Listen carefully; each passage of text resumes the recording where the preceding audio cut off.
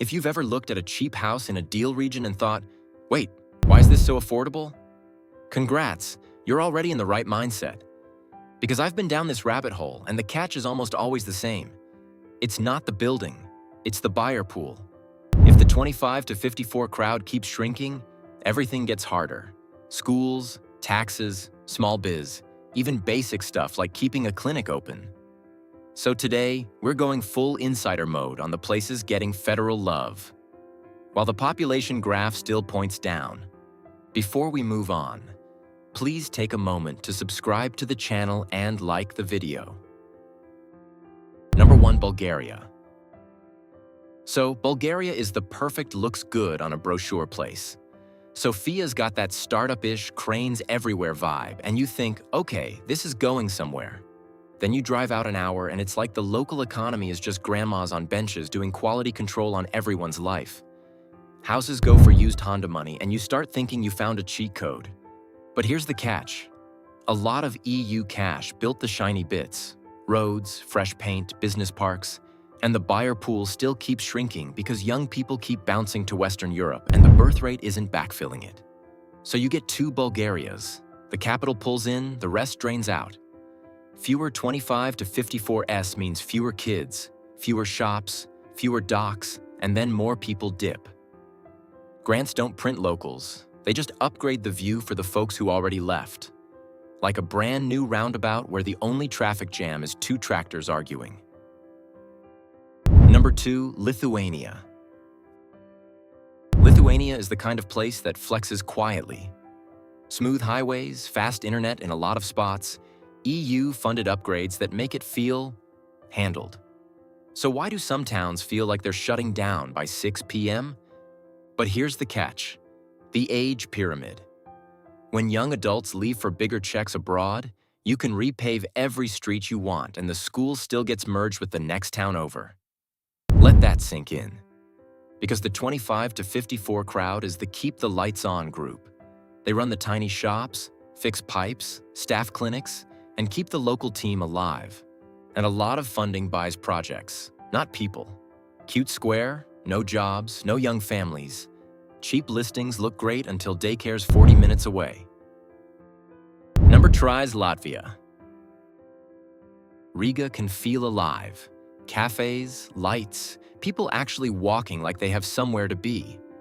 Then you leave the city and you hit towns where the bus schedule is basically fan fiction, like maybe it comes, maybe it doesn't.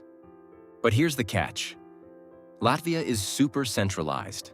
Jobs, schools, and the whole future stack in Riga, and the rest of the map turns into a talent feeder. And you're not ready for what's next. Better roads and transport can speed it up. It's easier to commute, or easier to leave for good. Same with education. Train sharp kids, then watch them exit. So you get these zombie zones. Buildings stand, lights work, but clubs, schools, clinics thin out. Picture a renovated square, wind, and one guy dragging a grocery bag. Number 4, Ukraine. Ukraine is not a cute small-town decline chart. This is war, displacement, and straight-up survival math, where the price of a home means nothing if the next week isn't promised. But here's the catch. Even huge aid plans and rebuild money don't guarantee people come back. Once a family finds a school, a job, and a calm night somewhere else, they don't always hit reverse. Let's break it down. Some people move to safer cities inside the country, others leave to Europe. And the prime working age group takes a long hit, which messes with births, businesses, and taxes.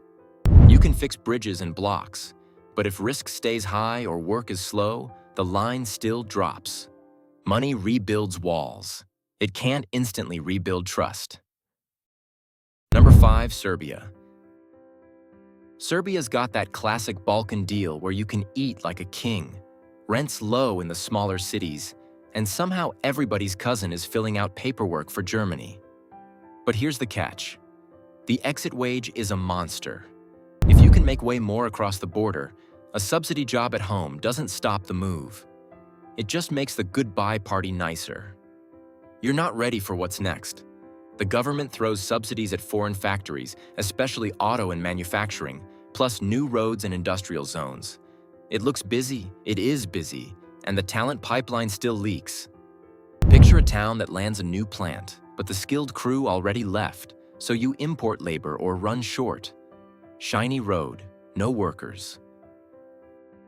Number 6, Bosnia and Herzegovina. So, Bosnia and Herzegovina will hand you the weirdest bargain. Funding, NGOs, programs, shiny little upgrades. And the place still feels stuck, like your phone on 1% that never dies but never charges either. But here's the catch. Governance is complicated in a way that splits decisions across layers, so you get projects, not a plan. Young people look at that, see limited jobs, messy paperwork, ethnic lines still shaping daily life, and they just leave. You're not ready for what's next.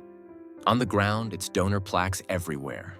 But employers don't scale, hospitals feel stretched, and schools don't grow into magnets. Then the doom loop hits. Fewer young workers, smaller tax base, weaker services, more exits. The most stable growth sector becomes emigration paperwork. Number 7, Croatia. Croatia is the postcard lie. In August, the coast looks rich. Packed beaches, glossy rentals, EU money splashed on promenades and ports. So why do inland villages feel like someone hit mute? Here's the twist. Tourism pays, but it pays weird. It jacks up prices, then hands you seasonal work with sketchy security, and young families go, "Cool, what do we do in November?" You're not ready for what's next. The split is brutal. Coast wins, interior ages out, because farming and old factories don't carry like they used to, and there's not enough knowledge industry stuff inland. Number 8, Moldova. Moldova is one of those places where the economy sometimes feels like it runs on Western Union receipts. Like, the real industry is somebody's uncle in Italy sending money back so the lights stay on. But here's the catch. Remittances keep homes afloat and also teach everyone the same lesson. The best local career plan is leaving. Why grind for years when a bus ticket outpays faster? You're not ready for what's next. You'll see upgrades, roads patched, pipes replaced, public buildings fixed up, and still the working-age crowd keeps draining, so shops stay small and quiet. Number 9, Japan. Japan will give you flawless trains and perfect sidewalks, then drop you in a village where the median age feels like historic artifact. But here's the catch. Japan has poured real money into regional revival. Grants, move here bonuses, new roads. And Tokyo still wins because jobs pile up there and births keep falling.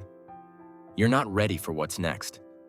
Picture this, a school building that's clean but half dark because classes got cut. IKEA houses sitting open like they're waiting for a new owner who never shows.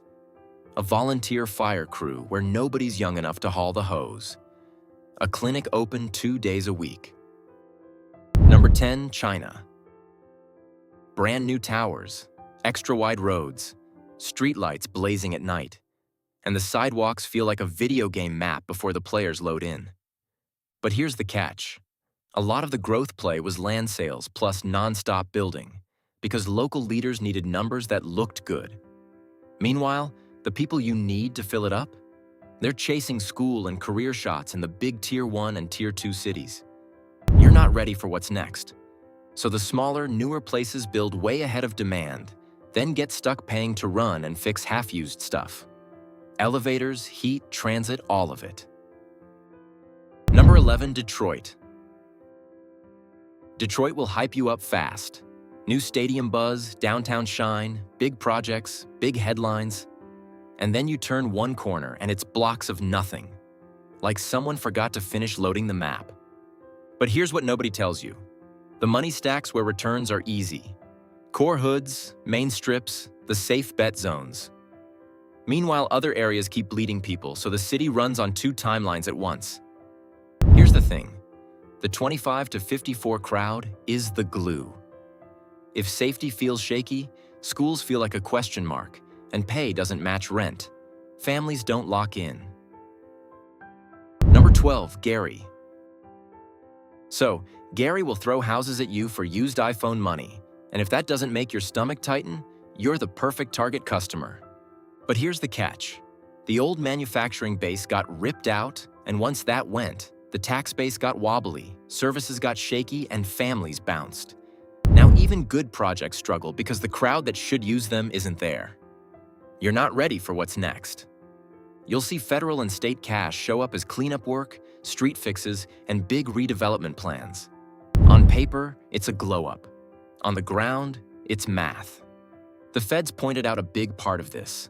Long-run shifts to a knowledge economy and new tech-hammered jobs in a lot of rural places, especially for prime-age men and folks without degrees. So you can resurface roads all day and still have no real ladder.